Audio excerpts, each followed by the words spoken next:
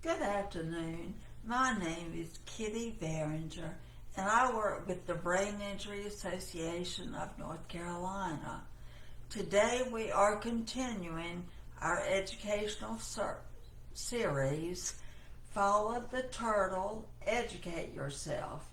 The specific topic that we are dealing with today is mental health after brain injury.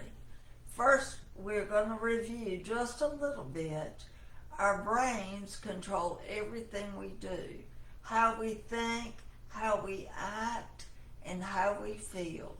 We can have a mild injury, we can have a moderate injury, or a severe injury.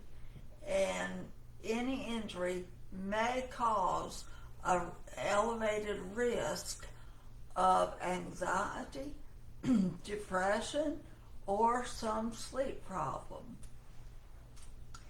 And the question is, for that, why? Why do our emotions change after brain injury?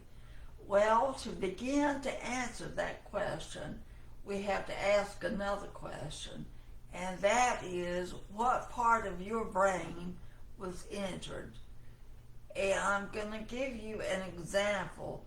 The frontal part of your brain, right up here around your forehead, is the location for executive functions. That is our get up and go. It helps us plan. It helps us think through things.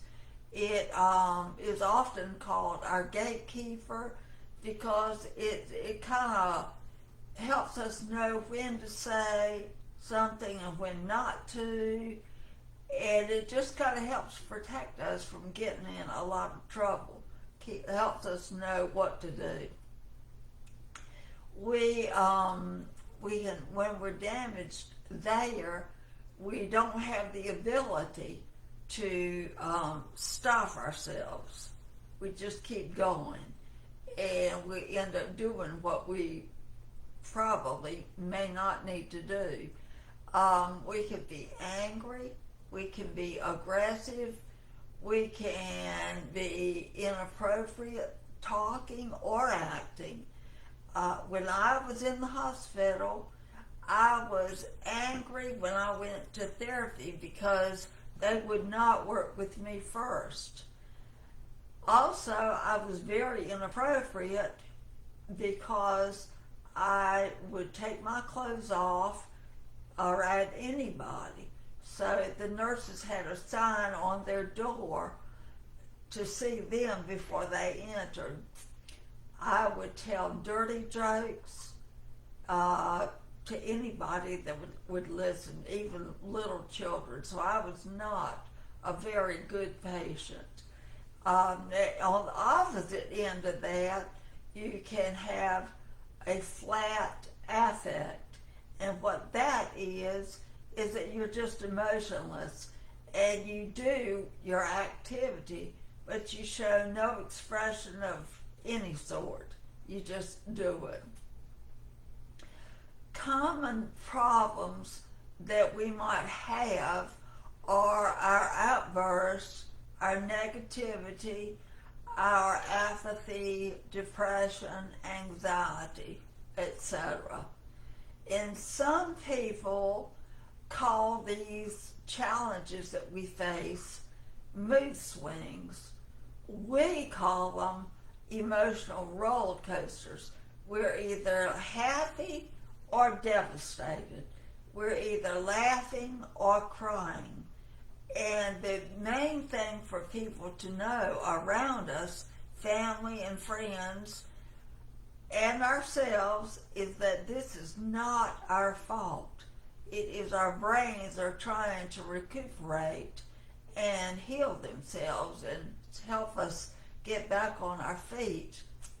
So now that we know we have this problem and we know why, now we want to know, okay, so what do I do now? So there are some options that you can do. You could go to a neuropsychologist. They will know about brain injury. They can help give you strategies for deep breathing and help you to calm down by deep breathing.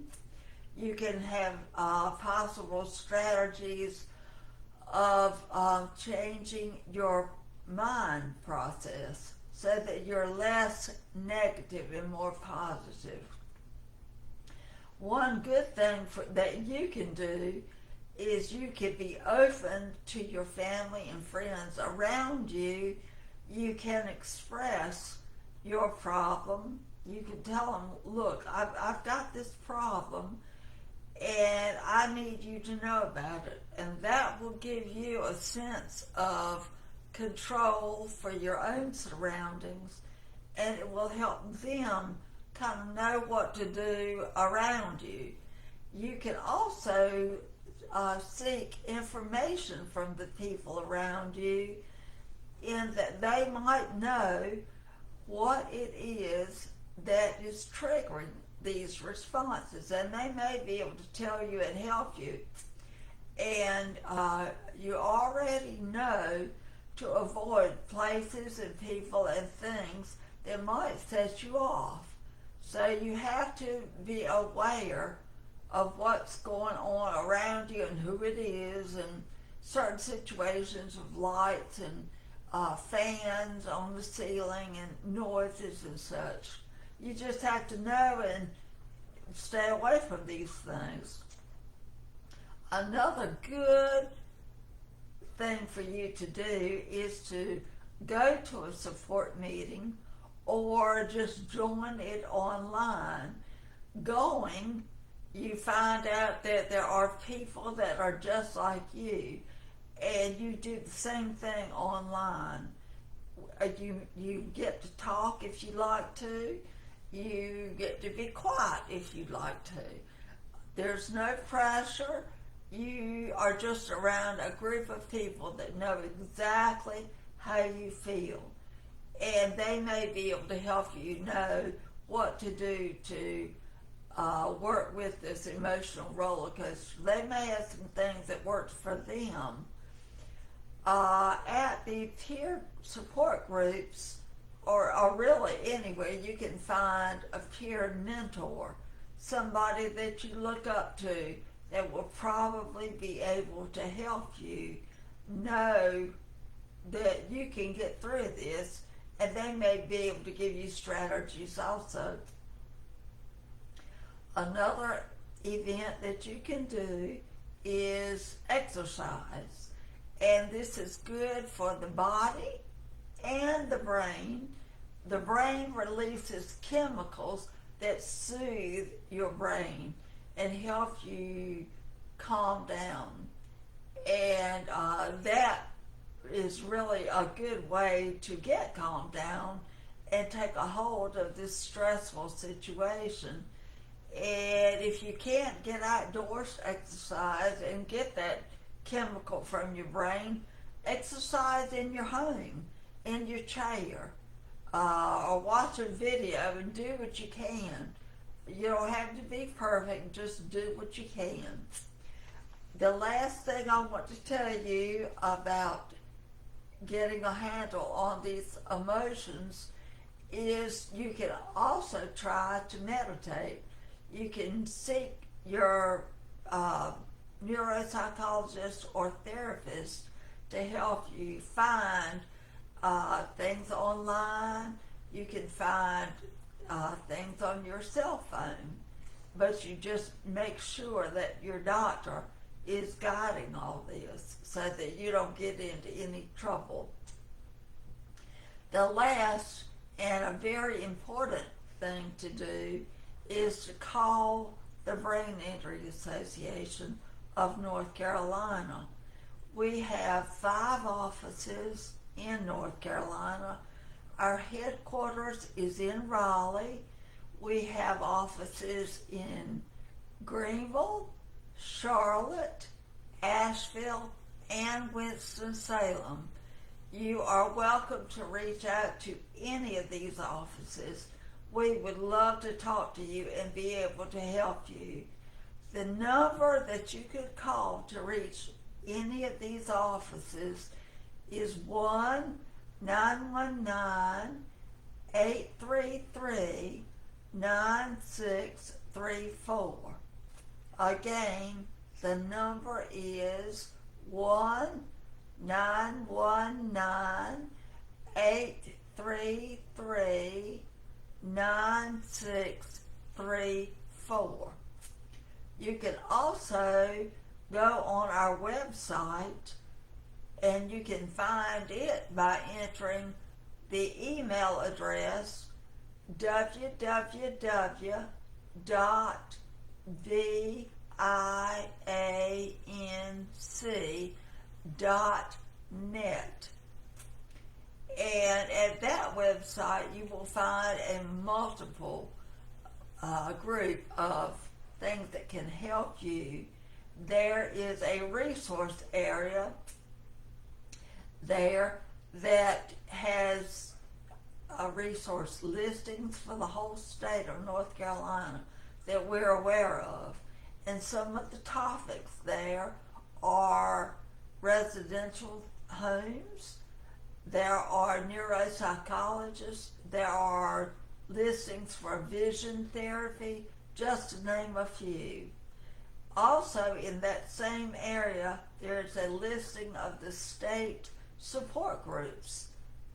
And we have about 30, and you can look at the ones that are closest to you, and you can call or email the person that leads that group.